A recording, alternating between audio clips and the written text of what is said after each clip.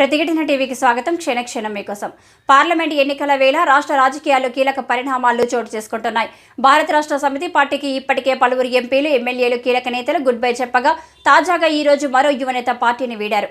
శాసన మండలి చైర్మన్ గుత్తా సుఖేందర్ రెడ్డి తనయుడు గుత్తా అమిత్ రెడ్డి బీఆర్ఎస్ పార్టీని వీడి కాంగ్రెస్ పార్టీలో చేరారు.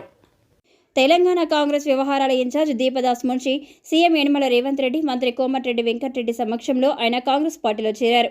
రేవంత్ రెడ్డి ఆయన మెడలో కండువా కప్పి పార్టీలోకి ఆహ్వానించారు. కాగా గత అసెంబ్లీ ఎన్నికల్లో అమిత్ బీఆర్ఎస్ పార్టీ నుంచి మునుగోడు టికెట్ ఆశించి భంగపడ్డారు. టికెట్ కోసం గట్టిగా ప్రయత్నాలు చేసినా ఫలించలేదు. సిట్టింగ్ ఎమ్మెల్యే కూసుకొట్లకే టికెట్ కేటాయించారు. అప్పటి నుంచి ఆయన పార్టీపై తీవ్ర అసంతృప్తితో ఉన్నారు. తన తాత గుత్తా వెంకటరెడ్డి పేరుతో మెమోరియల్ ట్రస్ట్ ప్రారంభించిన అమిత్ గత కొంతకాలంగా నియోజకవర్గంలో సేవా కార్యక్రమాలు నిర్వహించి పట్టు సాధించారు. ఈసారి ఎన్నికల్లో పోటీ చేసి అసెంబ్లీ అడుగుపెట్టాలని భావించారు.